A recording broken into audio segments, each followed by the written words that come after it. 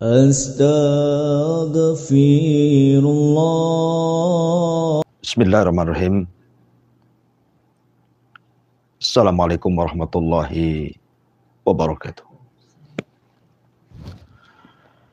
Alhamdulillah wassalatu wassalamu ala rasulillah wa ala alihi wa sahbihi wa mawalah wa la hawla wa la quwata illa billahi wa ba'du. Alhamdulillah, segala puja dan puji hanya milik Allah subhanahu wa ta'ala.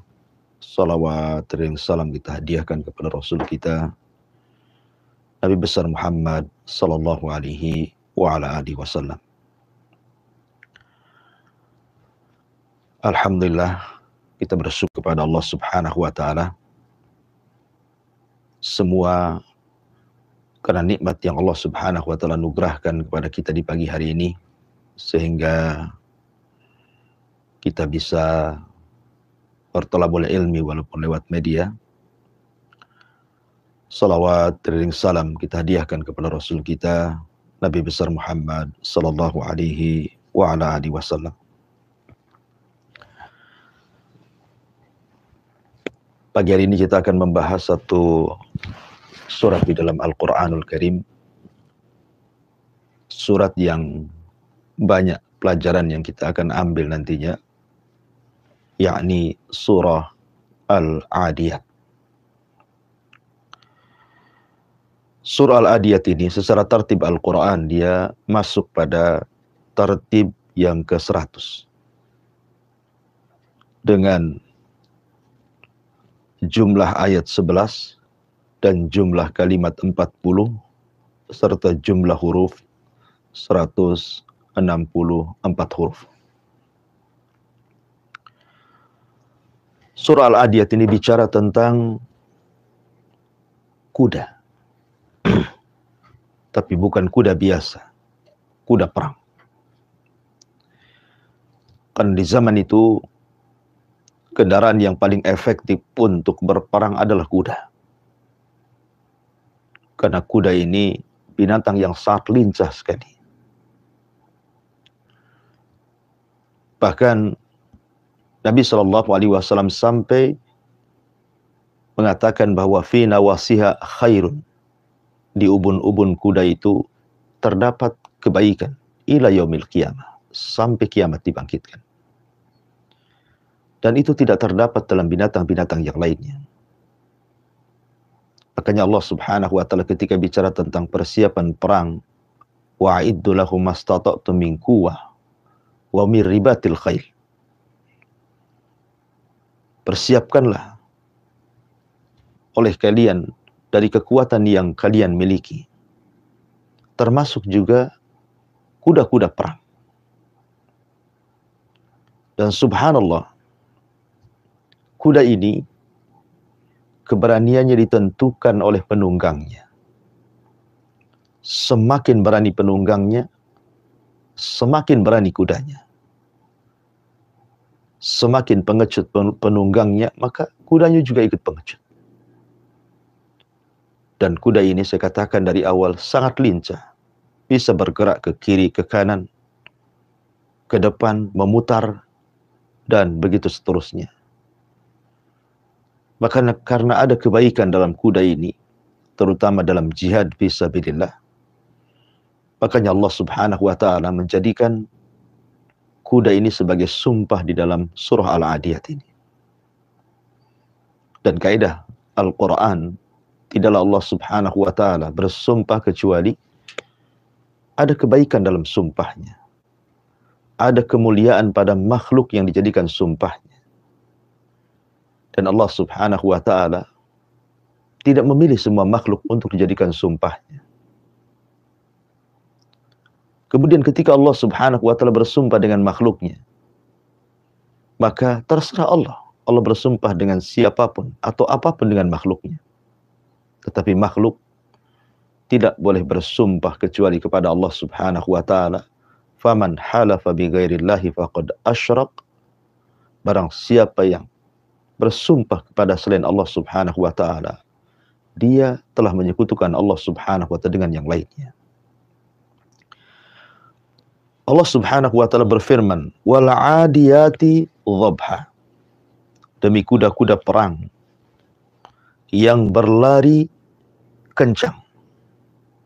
Dhabha dengan suara yang keluar dari dadanya. Mungkin bahasa kita terengah-engah. Fal muriyati qadha, dan kuda yang memercikkan bunga api dengan pukulan-pukulan kakinya. Fal mughirati subha, dan kuda yang menyerang secara tiba-tiba di waktu pagi. Fa'atharna bihi naq'a, sehingga menerbangkan debu-debu di sekitarnya. Fawasatna bihi jam'a, lalu menyerbu ke tengah-tengah kumpulan musuh-musuhnya. Surah Al-Adiyat ini tentu ada asbab nuzulnya. Ketika Nabi SAW mengutus Sariyah dengan jumlah 100 penunggang kuda, dipimpin oleh seorang sahabat Ansar yang bernama Mungdir ibnu Amrin al-Ansari radhiyallahu anhu, untuk menyerang sebuah perkampungan di Bani Kinana. Setelah berhari-hari, rupanya tidak ada kabar tentang pasukan ini. Apakah dia menang? Ataukah dia kalah?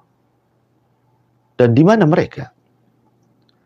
Sehingga dijadikan kesempatan orang-orang munafik untuk membuat habar-habar yang menakutkan di tengah-tengah kaum muslimin, bahwa pasukan itu mengalami kekalahan, kuda-kudanya menjadi harta rampasan, dan pasukannya ditawan. Sampailah berita ini kepada Nabi SAW.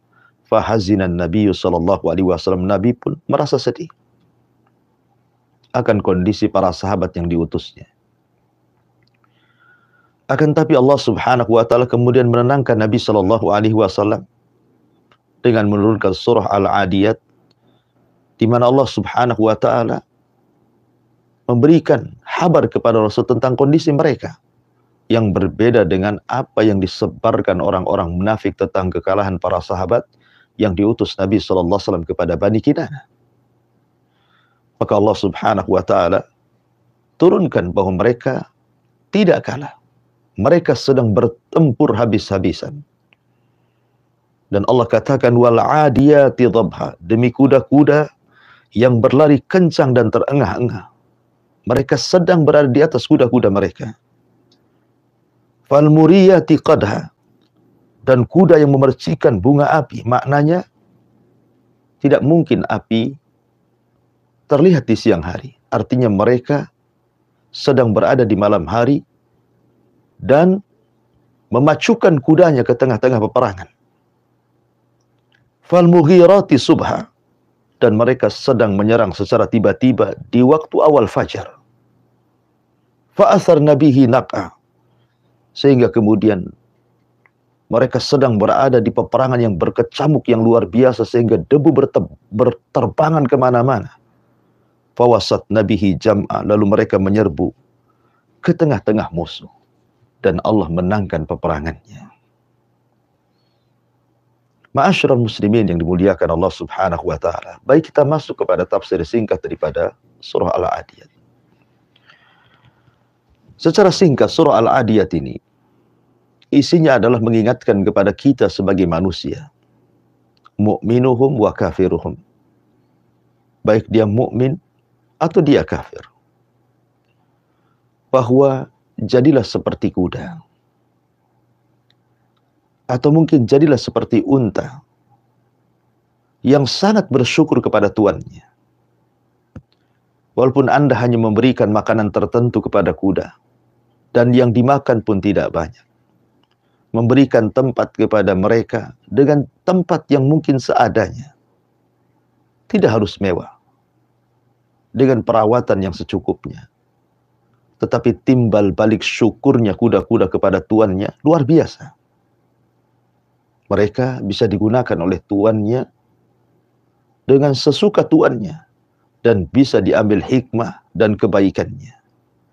dengan memberikan hal yang sedikit kepada kuda, namun kuda ataupun unta bisa memberikan yang terbaik kepada tuannya. Harusnya kita juga sama dengan Allah Subhanahu wa Ta'ala. Allah sudah menciptakan kita. Allah Subhanahu wa Ta'ala sudah memberikan fasilitas kepada kita. Allah Subhanahu wa Ta'ala juga sudah memperbanyak fasilitas itu kepada kita sebagai rizki untuk kita. Dan kita diarahkan untuk mengambil rizki tersebut. Kemudian Allah berikan kebahagiaan dengan rizki tersebut. Tentu janganlah kita membalas sebuah kebaikan dengan kekufuran. Tapi balaslah kebaikan, dengan kesyukuran kita kepada Allah Subhanahu wa Ta'ala. Allah Subhanahu wa Ta'ala mengatakan, wal 'adiyati dhabha. Demi kuda perang yang berlari kencang dan mengeluarkan suara dari dadanya, terengah-engah. Tadi saya katakan bahwa kuda adalah binatang yang sangat luar biasa, bahkan dicintai para nabi. Sulaiman alaihi salatu wassalam adalah seorang raja yang sangat mencintai kuda. Sampai suatu ketika, saking cintanya dengan kuda, dia memandang kuda, mengelus kuda, sampai akhirnya lupa melaksanakan salat. Makanya kemudian Sulaiman untuk menebus kesalahannya, dia pun menyembelih kuda itu semuanya, dan akhirnya Allah Subhanahu wa Ta'ala menggantikan kepada Sulaiman sesuatu yang jauh lebih baik dibandingkan kuda, lebih cepat dibandingkan kuda. Allah tundukkan angin dan awan kepadanya.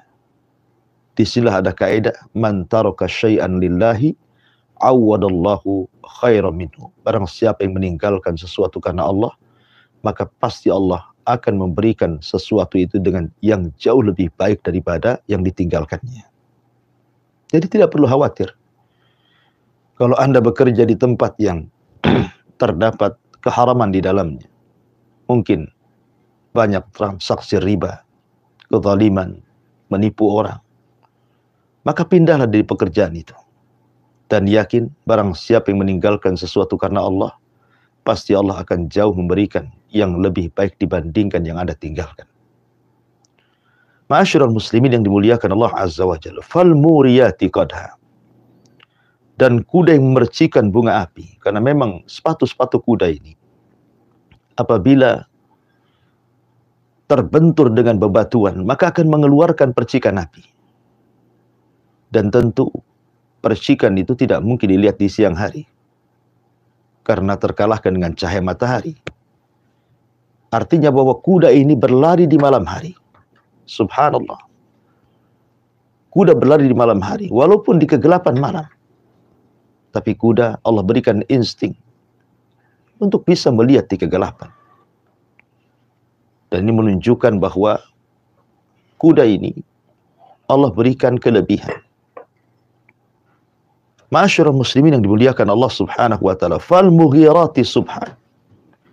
Dan kuda yang menyerang secara tiba-tiba di waktu subuh. Kebiasaan Nabi Shallallahu alaihi wasallam apabila menyerang musuhnya, maka dia tidak pernah menyerang di pagi. Maksudnya setelah terbit matahari, ataupun di siang hari, ataupun di sore hari, ataupun di malam hari. Maka Nabi SAW kalau menyerang musuh itu menunggu waktu subuh. Apabila terdengar adzan, maka tempat yang akan diserang akan ditinggalkannya, menunjukkan daerah itu daerah Islam. Tapi kalau seandainya tidak terdengar suara adzan, maka Nabi SAW akan menyerang tempat tersebut. Kenapa Rasul memilih untuk menyerang di waktu subuh? Rahasianya adalah karena waktu subuh adalah waktu berkah.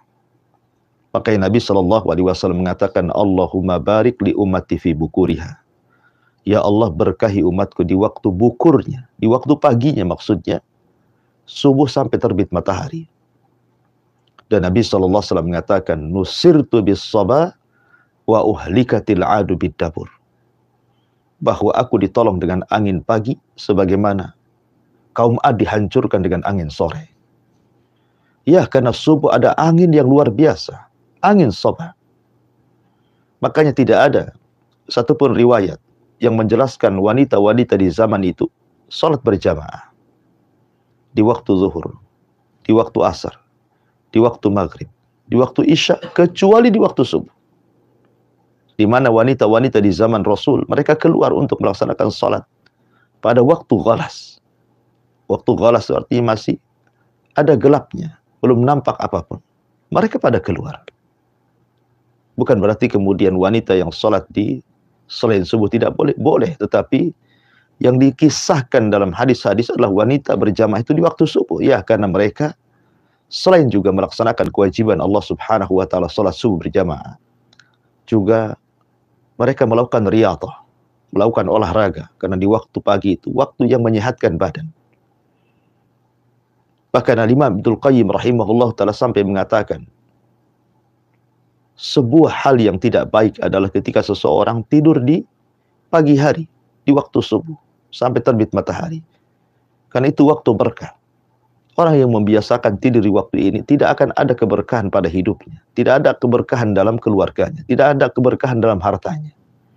Karena dia tertidur di waktu Allah menurunkan berkahnya. Itulah rahasia kenapa Nabi SAW menyerang manusia di waktu subuh. Karena subuh itu adalah waktu berkah bagi kaum muslimin. Kemudian Allah mengatakan, fawasat nabihi jam'ah. Lalu mereka menyerbu ke tengah-tengah kumpulan musuh. Begitulah keberanian para mujahidin dan keberanian kuda-kuda para mujahidin. Mereka dianugerahi oleh Allah Subhanahu wa taala nikmat untuk berperang. Karena tidak semua orang bisa perang. Karena perang ini perlu keberanian. Dan tidak semua hewan seperti kuda punya keberanian.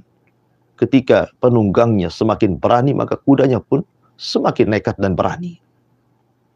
Ma'asyiral muslimin yang dimuliakan Allah Subhanahu wa taala. Dan penafsiran ini adalah penafsiran menurut Abdullah ibn Mas'ud radhiyallahu anhu, dan juga ini pendapat jamaahirul ulama. Ini adalah pendapat mayoritas para ulama bahwa al-adiyat di sini adalah kuda.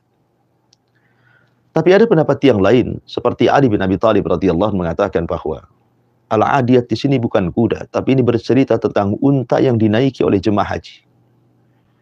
Jadi artinya wal adiyati dhabha, demi unta-unta yang dinaiki oleh jemaah haji yang berlari kencang dan mengeluarkan suara di dadanya, terengah-engah.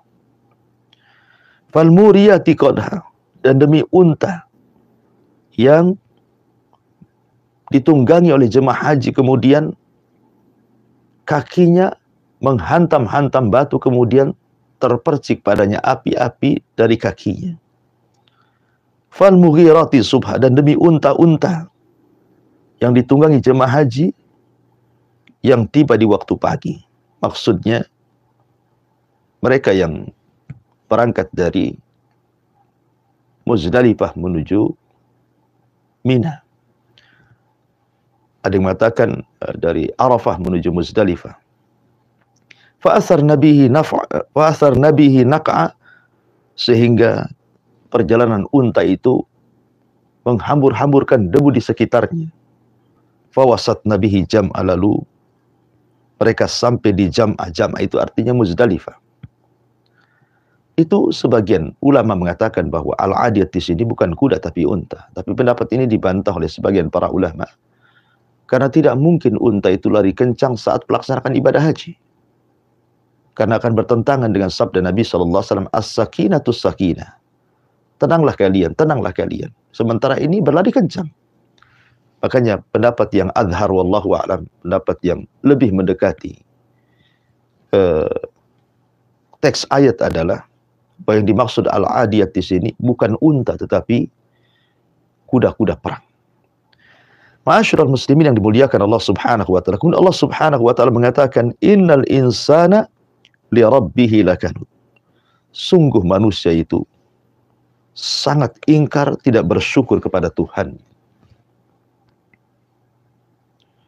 Dari sini kita tahu bahwa ketika Allah Subhanahu wa taala bercerita tentang kuda, bagaimana kuda sangat bersyukur kepada tuannya, padahal tuannya tidak banyak memberikan sesuatu kepada kuda.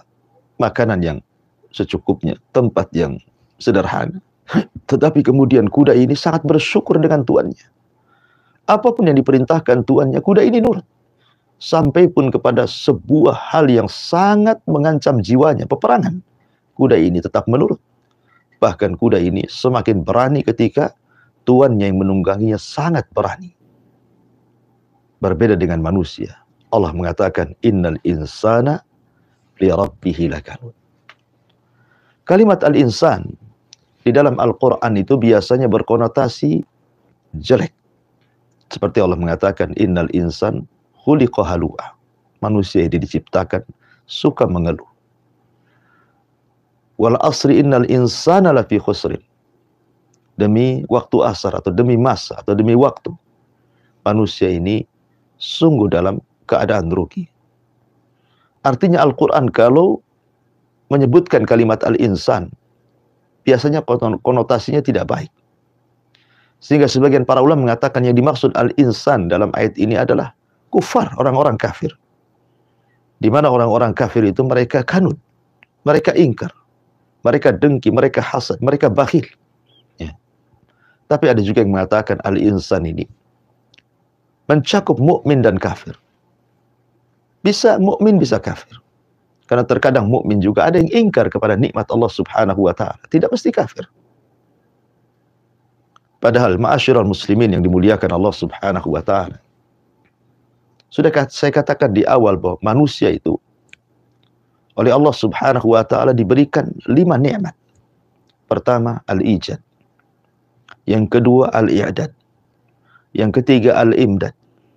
Yang keempat, al-irsyad. Dan yang kelima, al-is'ad. Pertama, al-ijad. Allah Subhanahu wa taala menciptakan manusia. Kemudian yang kedua, bukan hanya Allah ciptakan manusia, bahkan Allah ciptakan fasilitasnya, bumi beserta isinya, lautnya, gunungnya, sawahnya, tempat tinggalnya, dan begitu seterusnya. Kemudian Allah i'dad, Allah persiapkan, Allah letakkan sesuai dengan letaknya, laut di mana, hutan di mana, kebun di mana, sawah di mana, tempat tinggal manusia di mana. Allah persiapkan dengan sangat indah dan cantiknya. Kemudian setelah itu Allah imdad, Allah perbanyak lagi. Di mana satu pohon terkadang buahnya ada yang isinya ratusan biji. Yang kalau ratusan biji ini ditanam, maka akan menjadi ratusan pohon. Dari ratusan pohon akan tumbuh lagi ratusan pohon yang lainnya dengan buah-buahan yang begitu banyak yang tidak terhenti. Sejak diciptakan pohon sampai hari ini, bukan semakin sedikit pohon, semakin banyak. Ikan-ikan di lautan. Kadang satu ikan melahirkan ratusan ikan melahirkan ribuan ikan. Dan begitu seterusnya, rizki manusia tidak terputus. Allah perbanyak. Ya. Demi keberlangsungan hidup manusia di bumi. Kemudian bukan hanya imdad. Allah Subhanahu wa ta'ala berikan is'ad, berikan irsyad. Di mana insting manusia itu bisa memilih mana yang bisa dimakan, mana yang tidak, mana yang baik, mana yang buruk, mana yang bisa jadi obat, mana yang jadi penyakit, dan begitu seterusnya. Mana binatang yang boleh dimakan, mana yang tidak. Allah berikan irsyad, yang dengan itu manusia diberikan kebahagiaan di dunia. Harusnya nikmat yang besar dari Allah Subhanahu wa ta'ala ini disyukuri oleh manusia, bukan dikufuri. Tapi Allah mengatakan, innal insana li rabbihi lakanut. Sungguh manusia betul-betul ingkar, tidak bersyukur kepada Tuhannya. Wa innahu ala dzalika lasyahid. Dan sesungguhnya dia manusia menyaksikan, mengakui keingkarannya. Artinya ketika mereka ingkar kepada Allah Subhanahu wa ta'ala, bukan tanpa ada unsur kesengajaan. Bukan tidak ada unsur kesengajaan. Atau tidak ada unsur kesadaran. Tidak. Justru mereka ingkar dengan kesadarannya. Mereka ingkar dengan pengetahuannya. Sengaja mereka ingkar. Mereka lebih mengikuti hawa nafsunya dibandingkan arahan wahyu Allah Subhanahu wa ta'ala yang diarahkan para nabinya, termasuk Nabi kita Muhammad sallallahu alaihi wasallam. Kemudian Allah mengatakan, wa innahu lihubbil khairi lasyadid. Dan sungguh manusia itu cintanya kepada harta benar-benar berlebihan. Dahulu orang Arab apabila menyebut harta itu dengan sebutan al-khair, sebuah kebaikan. Karena orang-orang Arab jahiliyah disangkanya bahwa kalau orang dapat harta banyak itu berarti dia hidup di atas kebaikan. Rupanya prasangka ini juga berlaku pada hari ini. Banyak orang yang menyangka bahwa kebahagiaan itu ada pada harta, ada pada pangkat dan jabatan. Apabila orang tidak punya harta, berarti tidak bahagia. Apabila orang tidak punya pangkat, jabatan, dan kedudukan, artinya dia tidak bahagia. Sehingga mereka siang, malam, pagi berangkat, sore pulang. Malam pun tidur hanya memikirkan harta. Karena dia sangka bahwa kebahagiaan itu ada pada harta. Bahkan ada orang yang rela kemudian menghabiskan waktunya, menghalalkan segala cara hanya untuk mendapatkannya. Baik harta, jabatan, kedudukan, kepemimpinan. Itulah yang banyak dilakukan manusia. Mereka tidak sadar bahwa kebahagiaan bukan ada pada harta. Ya, kita katakan harta itu bisa menyumbang kebahagiaan sedikit, tapi bukan segalanya. Banyak orang-orang miskin, orang-orang yang tidak diberikan harta banyak. Buktinya mereka bisa bahagia dengan lapangnya dada. Dan buktinya juga orang-orang yang berlimpah ruah harta juga, mereka tidak bahagia. Banyak orang yang stres, bahkan sebagian mereka ada yang bunuh diri, padahal mereka banyak hartanya. Mereka tidak tenang hidupnya. Karena sesungguhnya harta itu dikembalikan kepada pemiliknya. Malun saleh li rajulin saleh, kata Rasulullah. Harta yang baik itu kalau dikelola orang baik. Tapi harta bisa jadi jahat kalau yang mengelola orang jahat. Seperti di sini Allah mengatakan, wa innahu li hubbil khairi lasyadid. Dan ada manusia itu yang mencintai harta. Lasyadid, sampai kepada tingkat bakhil. Tidak bersyukur, tidak mau mengeluarkan infak, zakat dan sedekahnya. Seolah-olah harta itu milik dia. Seperti Qarun. Ketika datang kemudian petugas-petugas zakat yang diutus oleh Nabi Musa alaihi salatu wasalam untuk meminta zakatnya. Apa kata Qarun? Innama utitu min ilmin indi. Innama utitu min ilmin indi. Harta ini datang dari kemampuanku, dari kecerdasanku. Dia mengingkari bahwa harta itu datang dari Allah subhanahu wa ta'ala. Seolah kemudian Qarun itulah yang mengadakan harta, bukan titipan dari Allah subhanahu wa ta'ala. Akhirnya apa yang terjadi? Ketika Qarun kufur nikmat, Allah mengatakan fakhasafna bihi wa bidarihil arda. Kami tenggelamkan Qarun beserta harta-hartanya ke perut bumi. Begitulah orang-orang yang kufur nikmat. Diberikan nikmat oleh Allah subhanahu wa ta'ala tidak bersyukur, maka Allah mengatakan la in syakartum la azidannakum wa la in kafartum inna adzabi lasyadid. Kalau kalian bersyukur, maka aku akan tambah. Tapi kalau kalian kufur, maka adab Allah sudah menanti dengan adab yang sangat pedih. Ma'asyiral muslimin yang dimuliakan Allah Azza wa Jalla, kecintaan manusia kepada harta ini, apalagi di zaman sekarang, sampai kepada tingkat menyembahnya. Subhanallah. Sadaqah Nabi sallallahu alaihi wasallam ketika bersabda, sungguh benar Nabi SAW ketika bersabda, ta'isa abdud dinar, ta'isa abdud dirham, ta'isa abdul khamisah wal khamilah. Celaka hamba dinar dan dirham. Celaka hamba uang. Orang mengira bahwa ketika dia mencari uang, dia bisa mengatur uang. Orang kira ketika dia mencari harta, dia bisa mengatur harta dengan sekehendaknya. Tapi rupanya harta pula yang mengatur dirinya. Itulah abdu dinar dan dirham. Sebagaimana sebuah hadis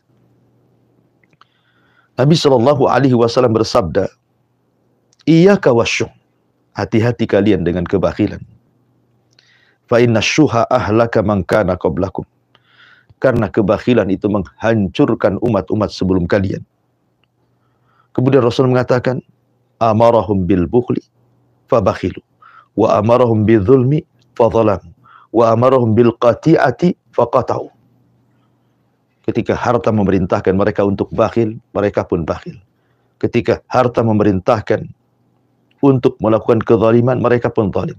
Ketika harta memerintahkan mereka untuk mutus silaturahim, mereka pun mutus silaturahim. Lihat akibat kecintaan yang berlebihan kepada harta. Dia jadi bakhil, dia jadi zalim, dan dia memutus silaturahim. Betapa banyak orang-orang yang kemudian saling bunuh-bunuhan gara-gara harta. Betapa banyak orang kemudian durhaka kepada orang tua gara-gara harta. Betapa banyak suami istri bercerai gara-gara rebutan harta, gara-gara ekonomi. Betapa banyak kemudian saudara sekandung bahkan saling bermusuhan, saling membunuh hanya gara-gara harta warisan. Begitulah harta, bisa jadi kebaikan, bisa jadi bencana, tergantung siapa yang mengelolanya.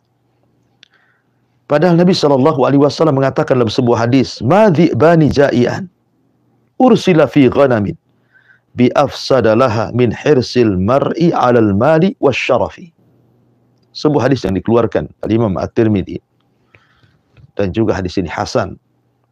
Tidaklah dua serigala yang lapar diutus kepada seekor kambing lebih rusak dibandingkan manusia cinta dengan harta dan juga dengan kehormatan. Kenapa demikian? Kalau ada dua serigala yang lapar, kemudian memangsa seekor kambing, ya, korbannya hanya satu kambing saja.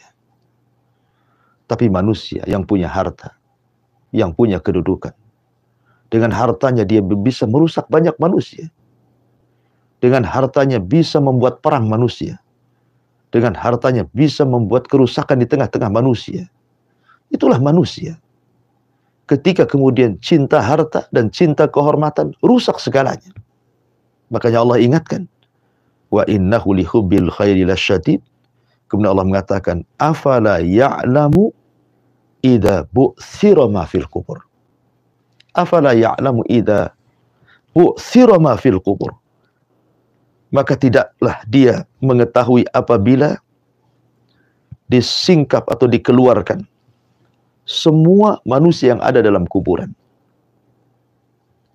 Kalian boleh sekarang di dunia berpoya-poya. Silahkan berpoya-poya. Silahkan kalian melakukan kezaliman dengan harta kalian.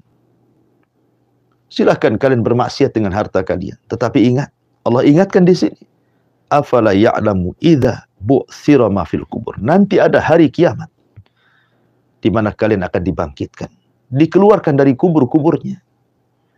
Seolah-olah Allah Subhanahu wa taala ingin memerintahkan kepada kita, sebelum hari itu datang, sebelum hari kiamat datang, sebelum kalian dikeluarkan dari kuburan, dikumpulkan di padang mahsyar, dihisab, ditimbang, disebarkan catatan,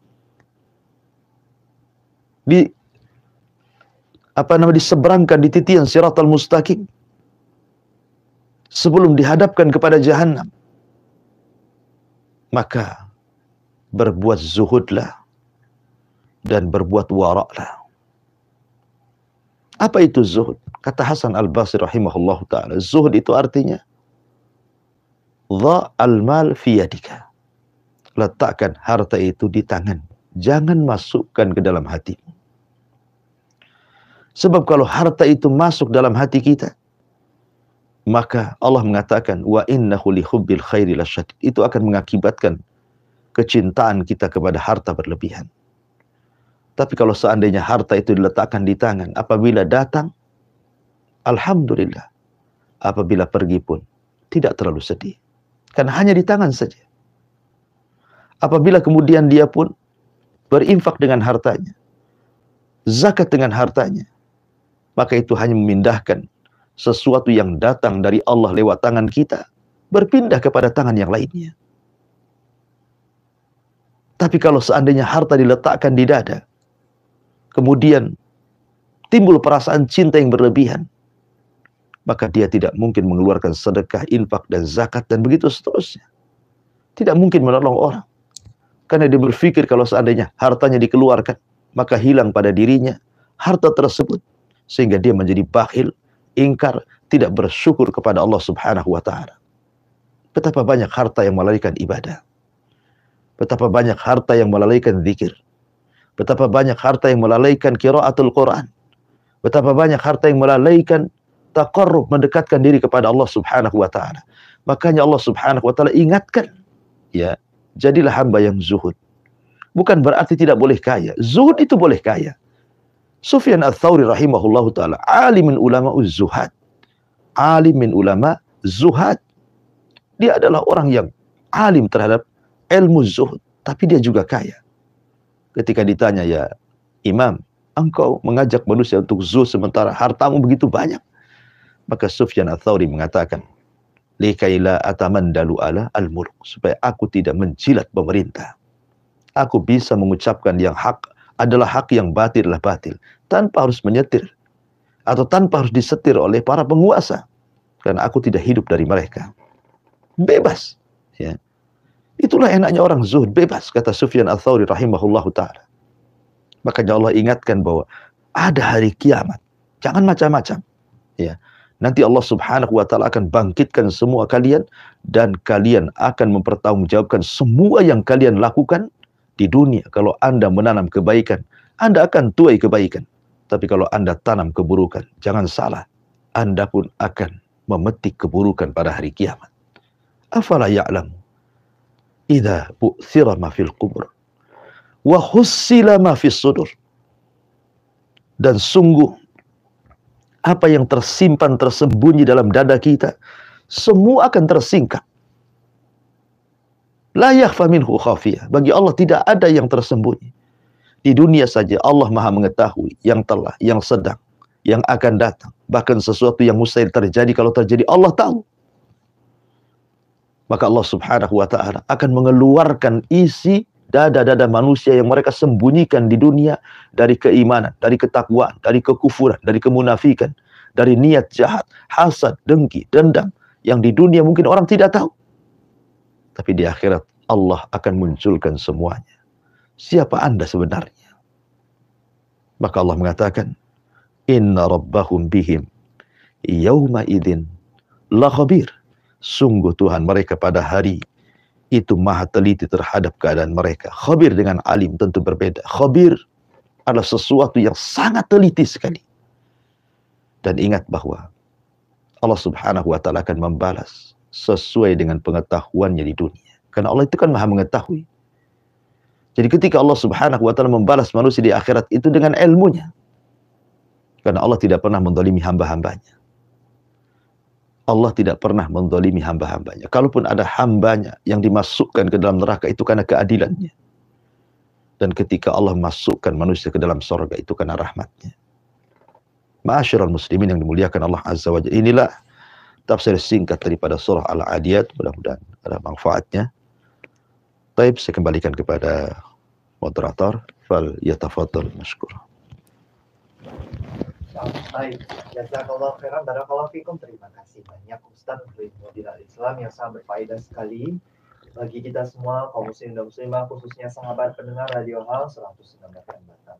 Alhamdulillah telah kita simak majelis taklim kita oleh bimbingan guru kita tentunya Al-Ustaz. Di sisa waktu kita akan bertanya jawab, silakan kaum muslim dan muslimah sahabat pendengar Radio Hal FM Batam dalam menyisipkan pertanyaan pada nomor 081 803 106. Di pagi hari ini ada pertanyaan yang kembali masuk Ustaz dari Ibu Ima. Ibu Ima di Singapura menyampaikan pertanyaan, Ustaz, bagaimana dengan keadaan orang-orang yang kaya yang kalau dinasehati untuk sedekah atau infak itu nyeletuk dengan menanggapi banyak juga orang yang tidak sholat tapi kaya, sedangkan orang sering sholat tapi miskin. Bagaimana dengan yang demikian ini? Iya. Bismillahirrahmanirrahim. Salatu wassalamu ala rasulillah amma ba'du. Ada pertanyaan.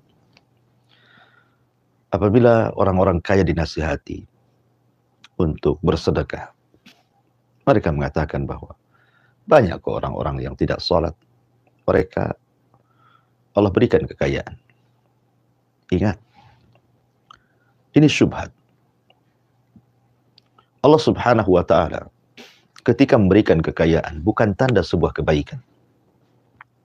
Ketika Allah subhanahu wa ta'ala memberikan kekayaan bukan tanda sebuah kebaikan. Karena yang namanya harta itu bersyirikat antara mukmin dan kafir. Sebagaimana hadis Nabi SAW, bahwa harta itu diberikan kepada orang yang Allah cintai dan kepada orang yang Allah tidak cintai. Berbeda dengan iman. Allah subhanahu wa ta'ala yang berikan kepada orang yang dicintainya saja.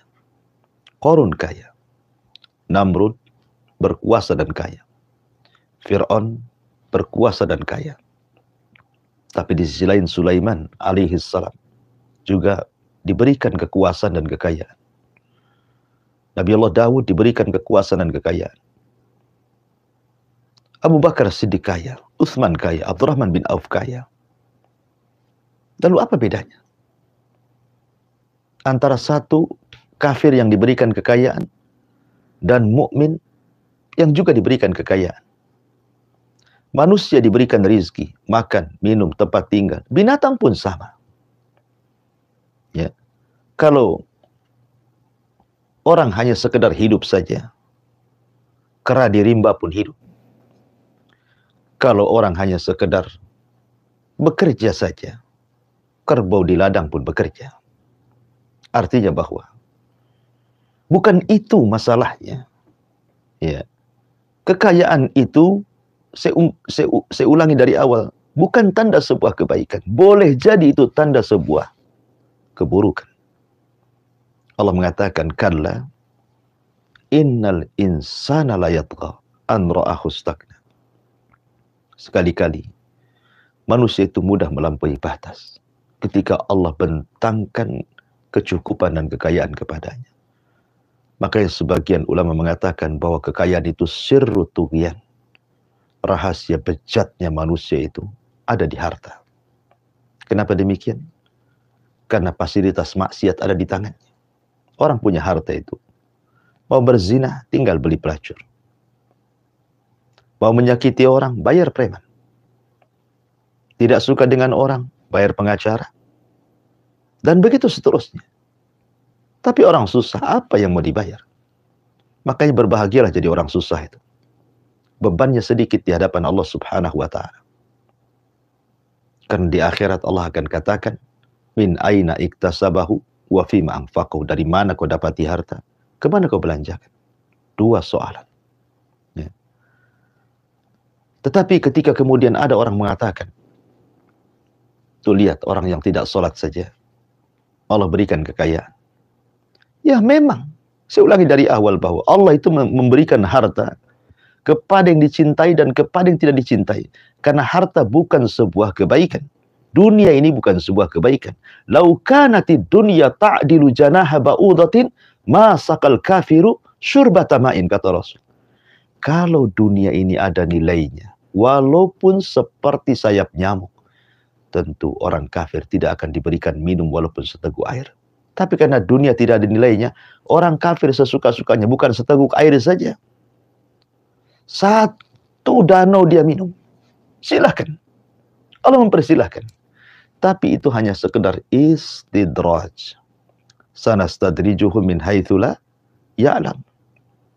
Kami berikan istidraj. Istidraj itu artinya Allah berikan kenikmatan yang banyak tanpa melihat apakah dia kufur atau syukur. Apakah dia sholat atau tidak sholat. Allah terus berikan apa yang maunya dia. Sampai pada waktunya. Hatta idza farihu bima utu. Ketika mereka merasa senang dan lupa diri kepada apa yang Allah anugerahkan kepada mereka, akhadnahum, datang petaka kepada mereka. Allah akan siksa mereka, imma di dunia, wa imma fil akhirah. Bisa saja di dunia, bisa di akhirat. Lihat, terkadang kematian orang-orang yang kaya, yang tidak bersyukur akan nikmat oleh Allah subhanahu wa ta'ala, saat kematiannya Allah persulit. Kadang koma berbulan-bulan, bertahun-tahun dia tidak mati. Allah berikan penyakit yang tidak diberikan kepada orang-orang yang beriman. Allah susahkan kematiannya. Di akhirat lebih susah lagi. Makanya orang-orang yang meninggal, mereka mengatakan, laula akhartani ila ajalin qarib la asaddaqu aku minas salih. Ya Rabb, kalau engkau hidupkan aku sesaat, aku akan sedekahkan semua harta dan aku akan bergabung bersama orang-orang saleh. Itulah orang-orang yang meninggal. Ya. Maka ingat bahwa harta adalah amanah dari Allah Subhanahu wa taala. Maka amanah ini adalah titipan. maka gunakanlah sebaik mungkin sesuai dengan kehendak yang menitipkan amanah tersebut. Wallahu a'lam. Insyaallah. Baik, Ustaz, syukron jazakallahu khairan Ustaz untuk pencerahannya, untuk menjawab pertanyaan Ibu Ima di Singapura. Terima kasih banyak untuk pertanyaannya. Insyaallah jadi ilmu yang berfaedah bagi kita semua. Satu soalan terakhir Ustaz yang hadir lagi di pagi hari ini, Bapak Sukri di Jakarta Selatan ya. Bapak Sukri di Jakarta Selatan menyampaikan pertanyaan Ustaz. Ustaz kadang selalu bertanya-tanya dalam hati kalau misalnya seseorang pernah berbuat dosa, pernah kufur nikmat, ataupun dosa-dosa besar yang lainnya, lalu sadar kalau saat dia salah, lalu taubat. Yang membuat bertanya-tanya itu, Ustaz, apakah dosa itu diampuni atau tidak? Ustaz, walaupun sudah bertaubat, kadang masih takut. Bagaimana dengan pemikiran seperti ini? Ya, alhamdulillah. Kalau ada orang kaya, kemudian menghambur-hamburkan kekayaannya, setelah miskin, baru menyesal, kemudian bertobat. Kenapa waktu kaya saya tidak bersedekah? Kenapa waktu kaya tidak berinfak, zakat, membantu fuqara wal masakin, membantu pembangunan masjid, sarana-sarana dakwah dan begitu seterusnya. Sudah miskin hijrah kemudian berpikir, menyesal saya dulu. Kemudian ingin bertobat, apakah diampuni tobatnya? Kurang lebih begitu pertanyaannya. Ya. Ya, ma'asyiral muslimin yang dimuliakan Allah Subhanahu wa taala. Di antara sifat Allah Subhanahu wa taala adalah Ar-Rahman Ar-Rahim. Dan dua nama Allah itu terkandung sifat rahmat. Di mana Allah Subhanahu wa taala sabaqat rahmati ghadabi. Rahmatku lebih mendahulukan dari kemurkaanku. Artinya, sebesar apapun dosa yang Anda lakukan, hatta kesyirikan sekalipun, kalau datang menghadap Allah Subhanahu wa taala bertobat penuh dengan penyesalan, penuh dengan tadarru, memang ingin betul-betul menghambakan diri kepada Allah Subhanahu wa taala, menyesal apa yang sudah dia lakukan. Betul-betul menyesal, kemudian dia taubatan nasuha, maka tidak ada dosa kecuali akan diampuni oleh Allah Subhanahu wa taala. Qul ya ibadiyalladzina asrafu ala anfusihim la taqnatu min rahmatillah innallaha yaghfiru dzunuba jami'a.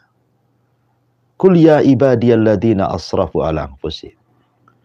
Katakan wahai hamba-hambaku yang mereka asrafu ala anfusihim. Mereka melampaui batas terhadap diri mereka. Ketika punya harta mereka tidak pernah sedekah, ketika punya harta tidak pernah zakat, ketika punya harta dia tidak pernah infak, ketika punya harta dia tidak pernah melakukan kebaikan, yang ada maksiat dan kezaliman. Asrafu ala anfusihim. Tapi Allah mengatakan, la taqnatu min rahmatillah.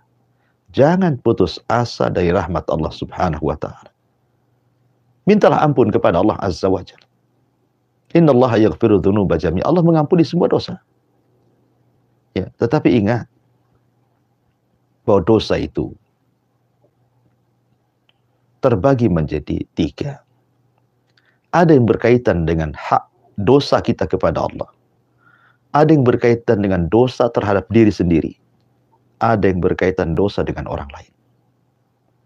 Kalau ketika Anda dulu kaya, punya harta, mendolimi orang dengan harta Anda, tentu Anda harus minta maaf kepada orang yang didoliminya. Atau mengambil hak orang lain, kembalikan hak itu kepada orang itu.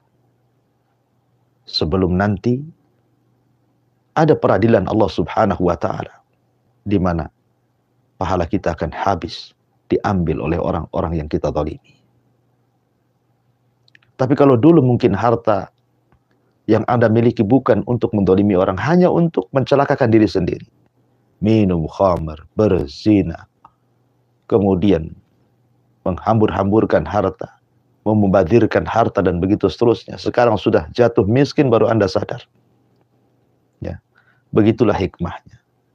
Terkadang Allah Subhanahu wa taala hendak menegur kita bahwa ada orang-orang yang kalau diberikan kekayaan jadi jahat dia. Sehingga Allah miskinkan Anda supaya jadi baik.